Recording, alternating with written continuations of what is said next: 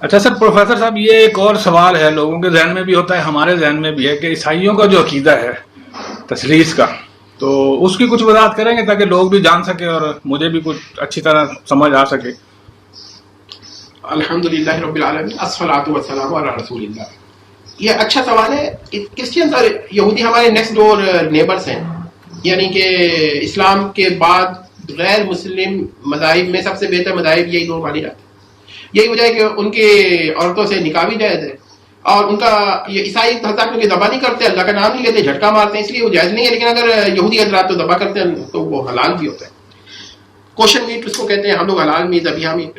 خیر، یہ جو عیسائی حضرات ہیں ان کے 3 فرقے ہیں۔ پروٹیسٹنٹ یہ جدید ہے، اور اس سے پہلے 2 فرقے ہیں، ایک تو کیتھولک ہے اور ایک ہے Greek orthodox, Roman Catholics, Greek orthodox. تو یہ دونوں بلکہ تینوں تثلیث کے قائل ہیں، ٹرینٹی کے قائل ہیں۔ یہ ٹرینٹی کا کانسیپٹ ہمارے وہاں کیونکہ جب بحث ہوتی ہے یا بات ہوتی ہے تو ان کا کانسیپٹ ہمیں جاننا چاہیے، ہمیں سمجھ میں نہیں آتا ہے کیونکہ ہم لوگوں نے اس کو اس طرح نہیں پڑھا ہوا ہوتا۔ دیکھیں کیا ہے، دیکھیں وہ خدا کو ایک بینگ مانتے ہیں، BEING۔ بینگ کا مطلب ہوتا ہے ایک موجود۔ اس بینگ کے اندر اس کی ایک ذات ہے، ایسنس ہے، اسے اوسیہ بولتے ہیں، یا یہ قائم نفسی ہی ہے، یعنی ایک ذات، خدا کی ایک ذات مانتے ہیں، اور اس ذات کے اندر 3 اقانیم مانتے ہیں۔ اب یہ اقانیم کیا ہے؟ اقانیم یوں سمجھ لیں ایک طرح کی ذیلی ذاتیں۔ تو ایک خدا کے اندر 3 وہ اقانیم، یعنی خدا کی ذات کے اندر 3 وہ اقانیم، اس کا مفرد ہے نون، یعنی ہائپوسٹیس اور ہائپوسٹیسس۔ تو ہائپوسٹیس مانتے ہیں، ان کو شخص بھی بولتے ہیں، یعنی پرسن بھی بولتے ہیں۔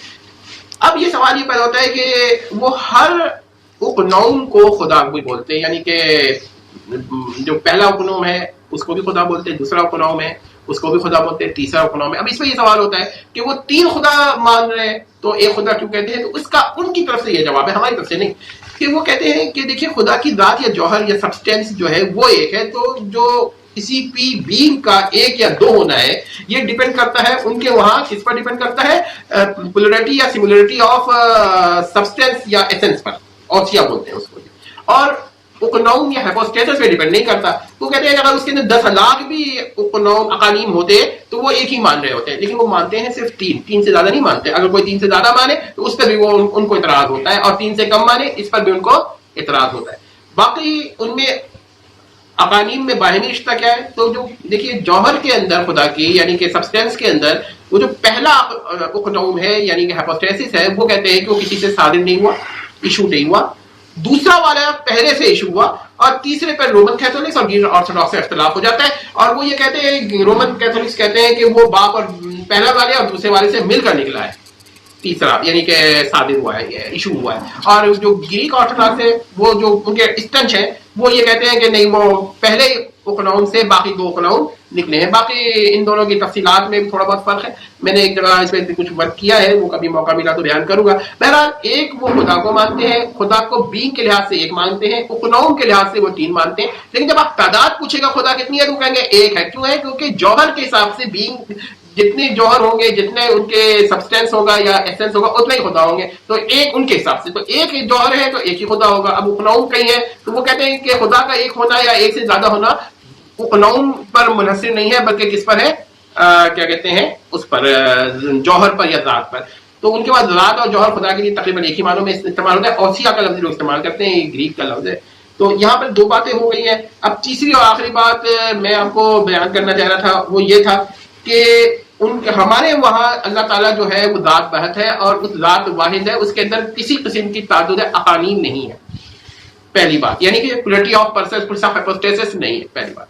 دوسری بات یہ کہ ہم صفات کو مانتے ہیں، تو صفات جو ہیں یہ قائم بنفسہ ہی، یعنی پر سے سبسسٹنٹ نہیں ہوتی، یعنی قائم بنفسہ ہی نہیں ہوتی ہیں، جبکہ اقنوم کو وہ قائم بنفسہ ہی مانتے ہیں۔ اسی وجہ سے ہم ان کو جوہر یا ذات کہہ دیتے ہیں، ذیلی ذاتیں، اگرچہ وہ اپنی اصطلاح میں ان کو ذیلی ذاتیں نہیں کہتے، ہم ان کو اپنی اصطلاح میں ذیلی ذاتیں کہتے ہیں۔ اسی وجہ سے ہمارے حساب سے وہ عقیدے قطعاً شرک ہے۔ لیکن جو بات وہ نہیں قائل، اس کو ہم ان کی طرف منسوخ نہیں کر سکتے نا، جو بات ان کے قائل ہے وہ میں نے آپ کو بتا دی۔